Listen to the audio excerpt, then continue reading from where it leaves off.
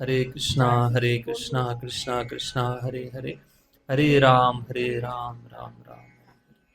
ओम नमो भगवते वासुदेवाय।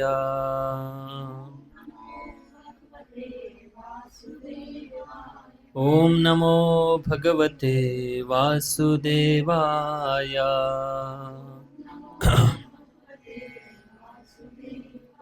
ओम नमो भगवते वासुदेवाय।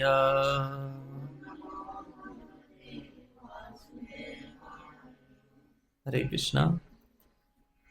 सभी भक्तों का स्वागत है आज के भागवत पाठ के कार्यक्रम में। तो हम इस पुरुषोत्तम मास के शुभ अवसर पर हम श्रीमद् भागवतम की बहुत सुंदर प्रार्थना एक, जो कि प्रथम स्कंद में वर्णन आता है। इस प्रार्थना का नाम है कुंती महारानी की प्रार्थना।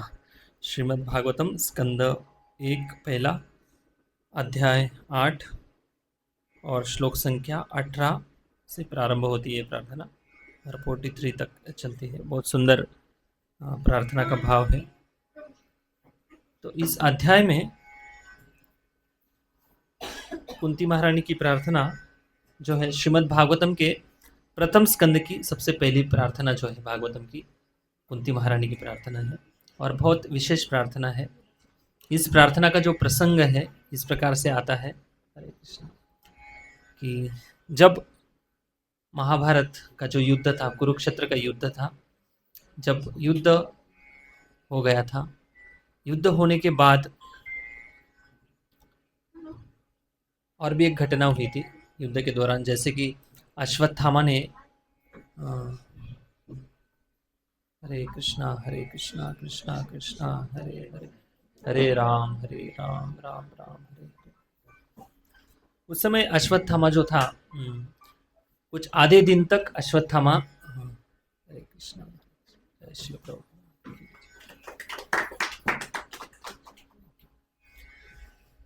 आधे दिन तक अश्वत्थामा सेनापति था और जब अश्वत्थामा कौरव सेना का सेनापति था, उस दिन को, उस पर्व को सौप्तिक पर्व के नाम से जाना जाता है। सौप्तिक पर्व का नाम यह इसलिए दिया गया क्योंकि अश्वत्थामा ने द्रौपदी के जो 5 पुत्र हैं, सोते हुए 5 पुत्रों को मारा था और इतने निर्दयी तरीके से हत्या की थी। तो प्रसंग इस प्रकार से था कि कैसे अश्वत्थामा अपने पिताजी की जब युद्ध में मृत्यु हुई थी, दुष्टदुम्न के द्वारा वध किया गया था, उसके प्रतिशोध के रूप में अश्वत्थामा रात दिन सोच रहा था कि कैसे इन पांडवों को मारा जाए। उसको नींद नहीं आ रही थी, तो रात को भी वो जागते रहता था अश्वत्थामा और सोचता था कि कैसे पांडवों को मारा जाए। तो एक दिन रात को एक दृश्य देखता है कि जो क्या बोलते हो, उल्लू, हाँ, उल्लू क्या करते हैं, कौवे के जो बच्चे होते, छोटे छोटे बच्चे, उनको रात को मार देती है उल्लू। तो जब अश्वत्थामा ये दृश्य देखता है तो उसको भी प्रेरणा मिलती कि मैं भी ऐसे ही सोते हुए पांडवों को मार सकता हूँ। लेकिन उनके साथ 2 लोग थे, कृतवर्मा और उनके मामा कृपाचार्य। वो कहते कि देखो अश्वत्थामा, ये रात का समय है और किसी भी क्षत्रियों के ऊपर आक्रमण करना, वो भी रात को, ये युद्ध नीति के बराबर विरुद्ध है, या ऐसा नहीं करना चाहिए। लेकिन अश्वत्थामा की जो अंदर की जो प्रतिशोध की भावना थी, एक रात का समय भी वो निकाल नहीं पाता था। बोल रहा था कि अभी मैं आक्रमण करूंगा और अभी सारे पांडवों को खत्म करूंगा। लेकिन वो नहीं मानने के लिए तैयार था। फाइनली उन्होंने बोल दिया कि जैसे आपकी इच्छा हो। फिर वो जाता है, फिर द्रौपदी के 5 पुत्रों को मार देता है पांडव समझकर कि वहाँ पे पांडव नहीं थे। तो द्रौपदी के जो 5 पुत्र थे उनकी हत्या हो जाती है और उनको लेकर वो, जो दुर्योधन युद्ध भूमि पर पड़ा था उसको दिखाने के लिए ले जाता है और ये कहना चाहता है कि जो पूरे 18 दिन तक आप लोगों के द्वारा नहीं किया गया वो पराक्रम मैंने करके दिखाया, पांडवों को मार के लाया। लेकिन जब दुर्योधन सुनता है कि अश्वत्थामा बोलता है कि मैंने पांडवों को मारा है, फिर दुर्योधन बोलता है क्या आपको पास सबूत क्या है? तब अश्वत्थामा बोलता है कि देखो मैं सिर काट के लाया हूँ दिखाने के लिए। तब दुर्योधन मन ही मन सोचता है कि ये कभी संभव नहीं है, क्योंकि पांडव जो लोग थे कृष्ण कृष्ण के द्वारा रक्षित थे। तो दुर्योधन वही सोच रहा था कि पूरे 18 दिन हमने इतना प्रयास किया, लेकिन पांडवों के एक बाल को भी धक्का नहीं लगा, ये अश्वत्थामा कैसे मार सकता है। तब दुर्योधन ने एक हाथ में एक किसी बच्चे का सिर पकड़ा ऐसे और बस दबा दिया दुर्योधन ने, तो दबाने से सिर फूट जाता है। तब दुर्योधन बोलता है अश्वत्थामा को कि तूने मेरे पूरे, आपको सेनापति की मैंने जिम्मेदारी दी थी, लेकिन आपने बहुत बड़ा बहुत, क्या बोलते हैं, अपराध युक्त और निंदा युक्त आपने कार्य किया है, ये आपको शोभा नहीं देता है। तब दुर्योधन भी अश्वत्थामा की निंदा करता है, बताता है कि ये तो पांडव नहीं है, बल्कि पांडवों के 5 पुत्र हैं, इन बालकों की आपने हत्या कर दी है। तब दुर्योधन ऐसे शोकग्रस्त अवस्था में रहता है, फिर उसका बाद में फिर अंत हो जाता है। अश्वत्थामा जैसे ये 5 बच्चों को मारने के बाद द्रौपदी को जब पता चलता है कि मेरे 5 पुत्रों की हत्या हुई है, तब द्रौपदी बहुत विलाप करती है, दुःख व्यक्त करती है। और उस समय अर्जुन वहाँ पे आता है और अर्जुन कहता है द्रौपदी को कि आप चिंता मत करो, आपके पुत्रों का जो हत्यारा है उसको मैं, उसकी गर्दन काट के आपके सामने लाऊंगा। और फिर द्रौपदी भी बोलती कि उसके फिर आपको सांत्वना दूंगा, इस प्रकार से अर्जुन कहता है। फिर जब अर्जुन और भगवान श्री कृष्ण अश्वत्थामा को पकड़ने जाते हैं, तब अश्वत्थामा आगे भागता है, भगवान श्री कृष्ण रथ चला रहे, उसको पकड़ने के लिए रथ भगा रहे हैं। और जब अश्वत्थामा देखता है कि उसके घोड़े थक जाते हैं, उसके पास और कोई ऑप्शन नहीं था, तब अश्वत्थामा एक ब्रह्मास्त्र छोड़ता है अर्जुन के ऊपर। और जब ब्रह्मास्त्र छोड़ता है अश्वत्थामा, तब अर्जुन भगवान की शरणागति लेता है और भगवान की प्रार्थना करता है कुछ 4-5 श्लोकों में, कृष्ण कृष्ण महाबाहो, इस प्रकार से प्रार्थना करता है। फिर भगवान बताते कि हे अर्जुन, यह ब्रह्मास्त्र है और आपके पास भी ब्रह्मास्त्र की विद्या है, आप ब्रह्मास्त्र चलाकर इस ब्रह्मास्त्र को कंट्रोल करो। तब अर्जुन भगवान के कहने पर वैसे करता है और अर्जुन उस अश्वत्थामा को पकड़कर द्रौपदी के पास लेके आता है और कहता है कि देखो ये आपके बच्चों का हत्यारा। फिर ये सारा प्रसंग होता है। फिर द्रौपदी माता बोलती कि ये ब्राह्मण पुत्र है और हमारा गुरु पुत्र है, इसको माफ़ कर देना चाहिए। भीम बोलता है कि नहीं, इसको माफ़ नहीं करना चाहिए। युधिष्ठिर महाराज बोलते कि नहीं, द्रौपदी जो कह रही है वो सही कह रही है। फिर भगवान श्री कृष्ण मुस्कुराते हैं, हंसते और अर्जुन की ओर देखते हैं। फिर अर्जुन भी भगवान की मन की बात जान लेता है और ब्राह्मण पुत्र होने के कारण उसको जीवित भी नहीं मारता है और फ्री भी नहीं छोड़ता है। मतलब उसके ऊपर, सिर के ऊपर जन्म से एक मणि था, जिस मणि के कारण अश्वत्थामा भूख प्यास ये सब कुछ सहन कर सकता था और वो एक अलग ही एनर्जी लेकर चलता था। तो वो मणि तलवार से अर्जुन काट देता है और उसके सिर के जो बाल है वो काट कर उसको अपमानित करके तंबू से निकाल दिया जाता है। फिर अश्वत्थामा का जो प्रतिशोध है अभी भी कम नहीं हुआ था। हरे कृष्णा। तो अश्वत्थामा ने फिर से फिर इधर जब महाभारत का पूरा युद्ध हो गया था, सारे जितने भी मरे हुए लोग थे युद्ध में, उन सब के अस्थि विसर्जन के लिए सारे लोग गंगा के किनारे आते हैं और सब लोग शोक व्यक्त करते हैं। और विशेषतः गांधारी, धृतराष्ट्र, कुंती महारानी और द्रौपदी, ये बहुत ज़्यादा शोकग्रस्त थे और ये उनके लिए जलदान करते हैं, पिंडदान करते हैं। और भगवान श्री कृष्ण और सारे संत लोग वहाँ पे आए होते हैं, वो सारे पांडवों के और जिन जिन लोगों के रिश्तेदार युद्ध में मारे गए थे उनको सांत्वना देते हैं। तो उसके पश्चात अश्वत्थामा अभी भी शांत नहीं हुआ था। तो अश्वत्थामा ने उत्तरा के गर्भ में, जो अभिमन्यु की पत्नी थी उत्तरा के गर्भ में परीक्षित महाराज, जो आगे जाकर राजा बनते हैं, परीक्षित महाराज गर्भ में थे। तब उसने क्या किया कि पांडवों को पूरी पृथ्वी को पांडव विहीन बनाने का उसने व्रत ले लिया था। उसने कहा कि अब ये पांडव तो चले जाएंगे, लेकिन उनका एक आखिरी जो वंश है जो गर्भ में बड़ा हो रहा है, उसको अगर मार दूंगा तो पूरी पृथ्वी पांडव विहीन हो जाएंगे। तो अश्वत्थामा फिर से उत्तरा के गर्भ को निशाना बनाते हुए ब्रह्मास्त्र छोड़ता है। और तब जब उत्तरा देखती है कि मेरे ओर ब्रह्मास्त्र आ रहा है, तब उत्तरा, सारे पांडव सामने थे, इतने शूरवीर पांडव थे, किसी के पास नहीं जाती उत्तरा, सीधी भगवान श्री कृष्ण के पास जाती है और प्रार्थना करती है, पाही पाही महायोगिन देव देव जगतपते। हे भगवान श्री कृष्ण, मेरी रक्षा करो। पाही पाही मतलब मेरी रक्षा करो, मेरी रक्षा करो। बताती कि चाहे मेरी मृत्यु हो जाए कोई बात नहीं, लेकिन मेरे गर्भ में जो बालक बड़ा हो रहा है उसकी आप रक्षा करो। तब भगवान भक्तवत्सल और अनन्य चेतसा, जो किसी का और चिंतन नहीं करते, ऐसे भक्तों के रक्षण करता भगवान श्री कृष्ण तुरंत सुदर्शन चक्र छोड़ते हैं और उस ब्रह्मास्त्र को निरस्त कर देते, उसका जो ताप था उसको शमन कर देते। फिर भगवान उतने ही नहीं रुकते, बल्कि भगवान उत्तरा के गर्भ में प्रवेश करके परीक्षित महाराज को, गर्भ में जब बालक रूप में थे, पूरे गर्भ को कवर कर देते भगवान। इस प्रकार से भगवान रक्षा करते हैं और अपने हाथ में गदा लेकर उस गर्भ के चारों ओर गदा लेकर घूमते हैं भगवान और उत्तरा को सुरक्षित करते हैं। फिर उसके बाद सारे इस ब्रह्मास्त्र के भय से मुक्त हो जाते हैं और 5 पांडव, द्रौपदी और फिर भगवान श्री कृष्ण इन सबको अपना अपना राज्य प्रस्थापित करने के लिए कहते युधिष्ठिर महाराज राजा बन जाते हैं।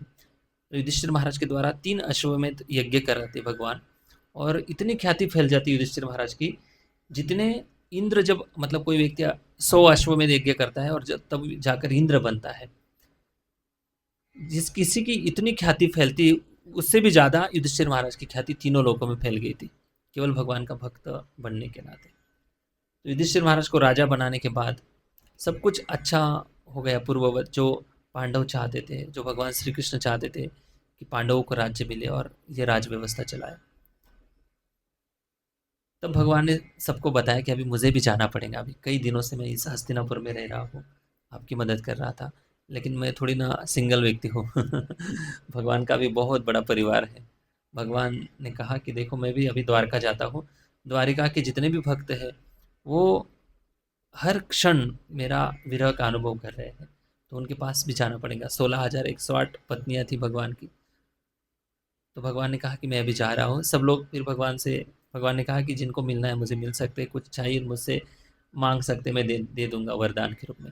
सारे एक एक आ रहे थे भगवान को मिलने, सब लोग भगवान से मिल रहे थे और इन सब के मिलते समय जो वरिष्ठ थे भगवान से, तब भगवान उनके चरण स्पर्श करते थे और जो भगवान के समवयस्क थे उनको भगवान आलिंगन करते थे और भगवान से जो छोटे थे भगवान के चरण कमल का स्पर्श करते थे। तो इस प्रकार से सबको अभिवादन करते हुए भगवान द्वारिका की ओर निकलते हैं। तब कुंती महारानी सामने आती है श्री कृष्ण के सामने, और कुंती महारानी का जो भाव है कुंती महारानी प्रार्थना के रूप में व्यक्त करती है। इसी का वर्णन इस श्रीमद् भागवतम के प्रथम स्कंद के 8वें अध्याय में वर्णन आता है। तो श्लोक संख्या 18 से कुंती महारानी अपने एक एक भाव को व्यक्त करती है।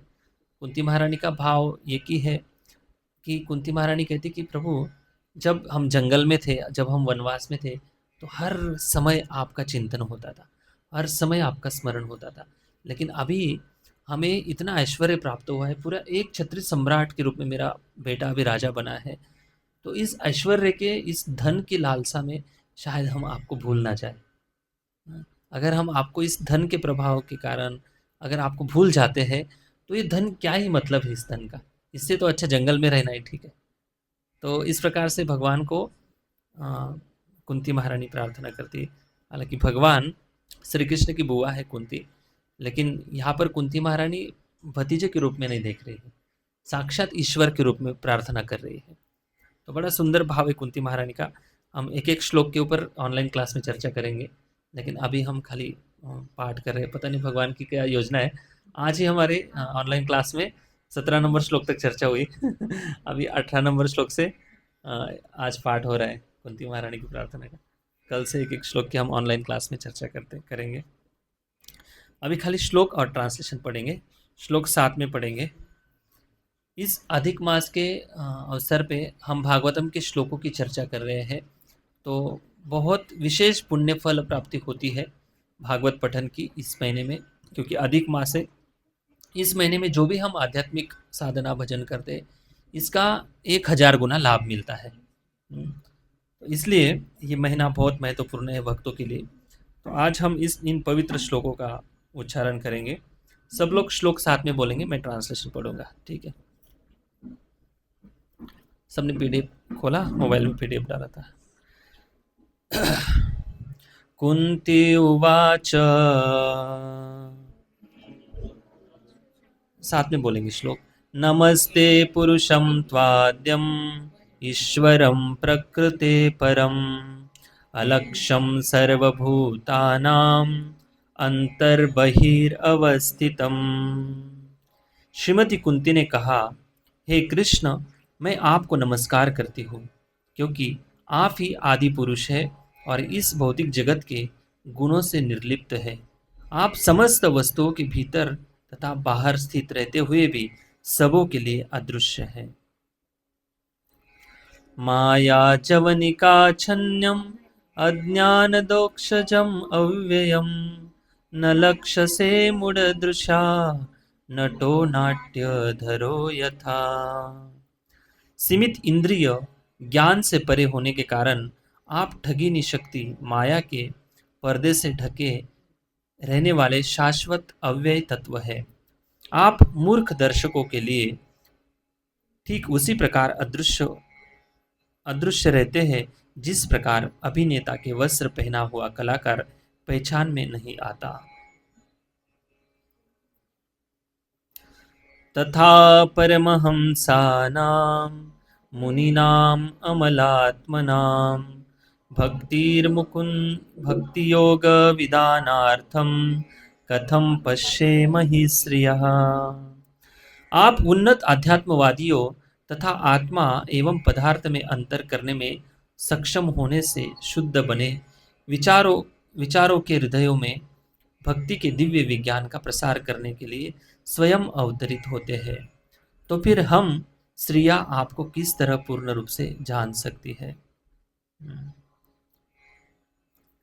कृष्णाय वासुदेवाय देवकी नंदनाय च नंदगोपकुमाराय गोविंदाय नमो नमः। अतः मैं उन भगवान को सादर नमस्कार करती हूँ जो वसुदेव के पुत्र, देवकी के लाडले, नंद के लाल तथा वृंदावन के अन्य ग्वालों एवं गौओं तथा इंद्रियों के प्राण बनकर आए हैं। नमः पंकजनाभाय नमः पंकजमालिने नमः पंकजनेत्राय नमस्ते पंकजांग्रहे। जिनके उदर के मध्य में कमल पुष्प के सदृश गर्त है, जो सदैव कमल पुष्प की माला धारण करते हैं, जिनकी चितवन कमल पुष्प के समान शीतल है और जिनके चरणों के तलवों में कमल अंकित है, उन भगवान को मैं सादर नमस्कार करती हूँ। यथा ऋषिकेश खलेन देवकी कंसेन रुद्धाति चिरं शुचार्पिता विमोचिताहं च सहात्मजा विभो त्वयेन नाथेन मुहुर्विपद्गणात्। हे ऋषिकेश, हे इंद्रियों के स्वामी तथा देवों के देव, आपने दीर्घ काल तक बंदी गृह में बंदिनी बनाई गई और दुष्ट राजा कंस द्वारा सताई जा रही अपनी माता देवकी को तथा अनवरत विपत्तियों से घिरे हुए मेरे पुत्रों समेत मुझको मुक्त किया। हाँ, विशान महाग्ने पुरुषाद दर्शना तत्सभायां वनवास सकृच्छता मृधे मृधेनेकमहारताश्रितो द्रोण्यस्त्रतश्चाश्म हरेर्भिरक्षितः। हे कृष्ण, आपने हमें विषाक्त भोजन से, भीषण अग्निकांड से, मानव भक्षियों से, दुष्ट सभा से, वनवास काल के कष्टों से तथा महारथियों द्वारा लड़े गए युद्ध से बचाया है, और अब आपने हमें अश्वत्थामा के अस्त्र से बचा लिया है। विपदा संतुता शश्वत तत्र तत्र जगद्गुरो भवतो दर्शनम यत् स्यात् अपुनर्भव दर्शनम।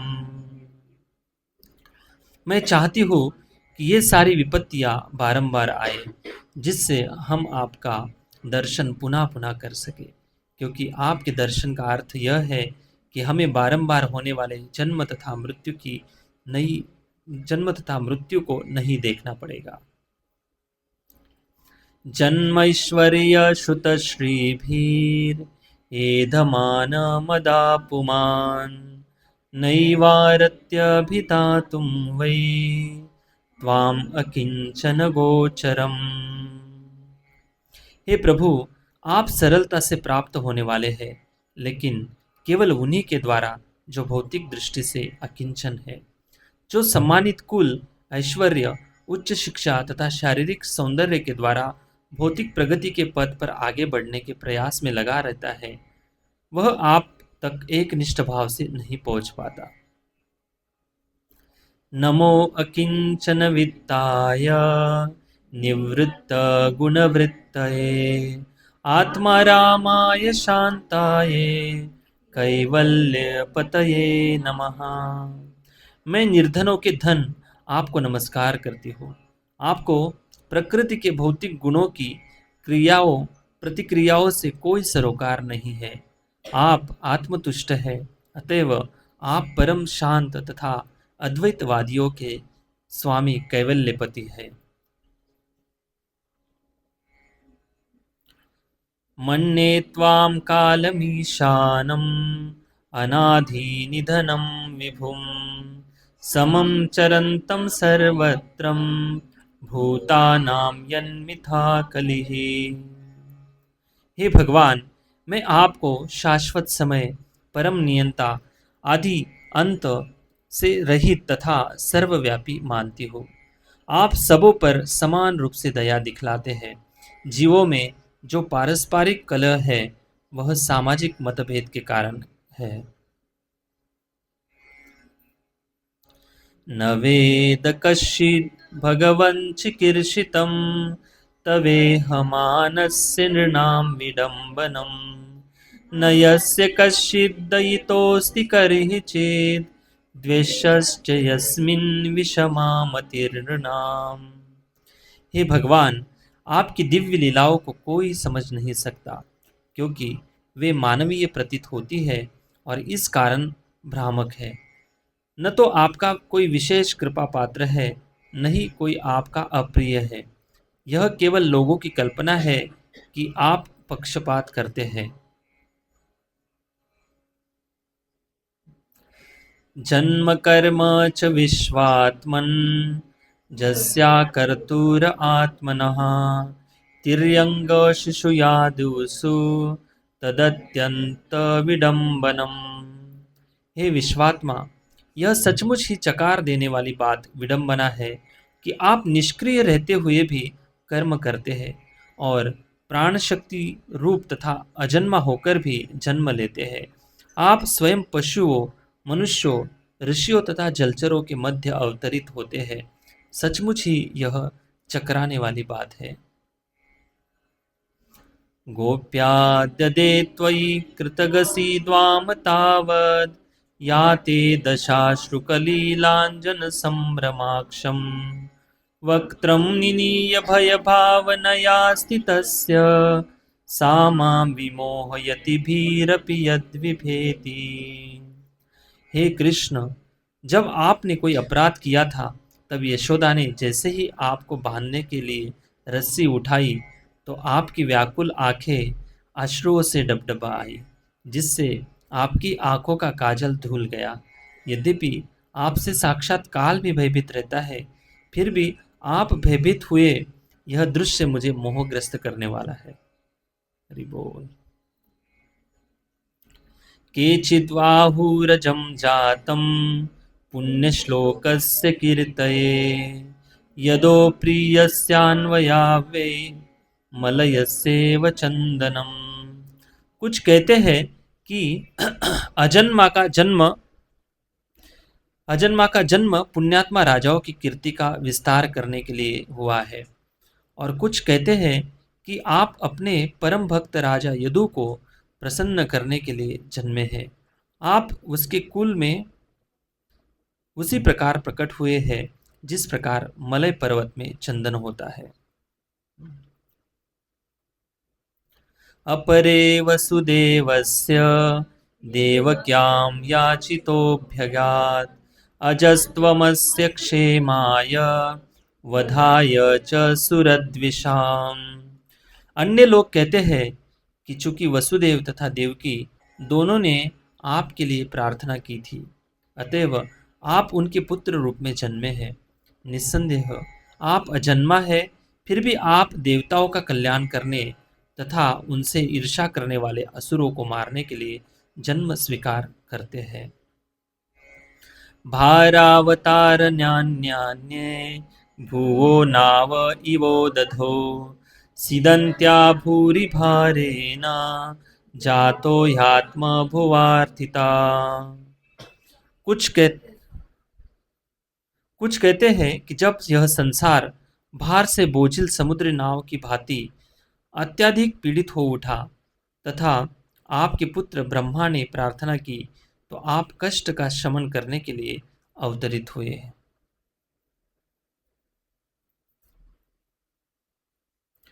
भवेस्मिन् क्लिश्यमानानां विद्या काम अकर्मभिः श्रवणस्मरणार्हाणि करिष्यन्नीति केचन। तथा कुछ कहते हैं कि आप श्रवण, स्मरण, पूजन आदि की भक्ति को जागृत करने के लिए प्रकट हुए, जिससे भौतिक कष्टों को भोगने वाले बद्ध जीव इसका लाभ उठाकर मुक्ति प्राप्त कर सके। शृण्वन्ति गायन्ति गृह्णन्ति भिक्ष्णशा स्मरन्ति नन्दन्ति तवेहितं जनः तयेव पश्यन्ति अचिरेण तावकं भवप्रवाहो परमं पदाम्बुजम्। हे कृष्ण, जो आपके दिव्य कार्यकलापों का निरंतर श्रवण, कीर्तन तथा स्मरण करते हैं या दूसरों को ऐसा करते देखकर हर्षित होते हैं, वे निश्चय ही आपके उन चरण कमलों का दर्शन करते हैं जो जन्म मृत्यु के पुनरागमन को रोकने वाले हैं। अद्यप्यनस्त्वं सुकृते हितप्रभो जिहाससि स्वित्सृरुदोऽनुजीविनः येषां न चान्यद्भवता पदाम्बुजात् परायणं राजसुयोजिताहसाम्। हे मेरे प्रभो, अपने सारे कर्तव्य स्वयं पूरे कर दिए हैं। आज जब हम आपकी कृपा पर पूरी तरह आश्रित है और जब हमारा और कोई रक्षक नहीं है और जब सारे राजा हमसे शत्रुता किए हुए हैं, तो क्या आप हमें छोड़कर चले जाएंगे? केवयं नाम रूपाभ्यां यदुभिः सह पांडवः भवतो दर्शनं यर्हि ऋषिकानामिवेशितु। जिस तरह आत्मा के अदृश्य होते ही शरीर का नाम तथा यश समाप्त हो जाता है, उसी तरह यदि आप हमारे ऊपर कृपा दृष्टि नहीं करेंगे तो पांडवों तथा यदुओं समेत हमारा यश तथा गतिविधियां तुरंत ही नष्ट हो जाएंगी। ज्ञेयं शोभितस्येते तत्र यथेदान फिर से गाएंगे। ज्ञेयं शोभिष्यते तत्र यथेदानीं गदाधर त्वत्परदैरंकिता भाति स्वलक्षण विलक्षिते। हे गदाधर कृष्ण, इस समय हमारे राज्य में आपके चरण चिन्हों की छाप पड़ी हुई है और इसके कारण यह सुंदर लगता है, लेकिन आपके चले जाने पर यह ऐसा नहीं रह जाएगा। इमे जनपदा श्रुत्वा स्वपक औषध विरुधा वनाद्रीनद्युदन्वन्तो हेदन्ते तव वीक्षिते। ये सारे नगर तथा ग्राम सब प्रकार से समृद्ध हो रहे हैं, क्योंकि जड़ी बूटियों तथा अन्नों की प्रचुरता वृक्ष फलों से लदे हैं। नदियाँ बह रही है, पर्वत खनिजों से तथा समुद्र संपदा से भरे पड़े हैं। यह सब उन पर आपकी कृपा दृष्टि पड़ने से ही हुआ है। अथा विश्वेश विश्वात्मन् विश्वमूर्ते स्वकेषु मे स्नेहपाशमिमं छिन्दी दृढ़ं पाण्डुषु वृष्णिषु। अतः हे ब्रह्मांड के स्वामी, हे ब्रह्मांड की आत्मा, हे विश्वरूप, कृपा करके मेरे स्वजनों पांडवों तथा वृष्णियों के प्रति मेरे स्नेह बंधन को काट डाले। त्वयि मेनन्य विषया मति मधुरपते सकृता रतिमुद्वहता दद्धा गंगे औघौ मुधन्वती। हे मधुपति, जिस प्रकार गंगा नदी बिना किसी व्यवधान के सदैव समुद्र की ओर बहती है, उसी प्रकार मेरा आकर्षण अन्य किसी और न बटकर आपकी ओर निरंतर बना रहे। हरे सॉरी श्री कृष्ण कृष्ण सकवृष्ण स्वभाव निद्रुग राजन्य वंश दहनान अपवर्ग वीर्य गोविंद गोद्विज सुरातिरहरावतार योगेश्वराखिल गुरो भगवन नमस्ते। हे कृष्ण, हे अर्जुन के मित्र, हे वृष्णिकुल के प्रमुख, आप उन समस्त राजनीतिक पक्षों के विध्वंसक हैं जो इस धरा पर उपद्रव फैलाने वाले हैं। आपका शौर्य कभी क्षीण नहीं होता। आप दिव्य धाम के स्वामी हैं और आप गायों, ब्राह्मणों तथा भक्तों के कष्टों को दूर करने के लिए अवतरित होते हैं। आप में सारी योग शक्तियाँ हैं और आप समस्त विश्व के उपदेशक गुरु हैं। आप सर्वशक्तिमान ईश्वर है। मैं आपको सादर प्रणाम करती हूँ। हरे कृष्णा कृष्णा कृष्णा हरे हरे, हरे राम राम राम हरे हरे। ग्रंथराज श्रीमद्भागवतम की जय। तो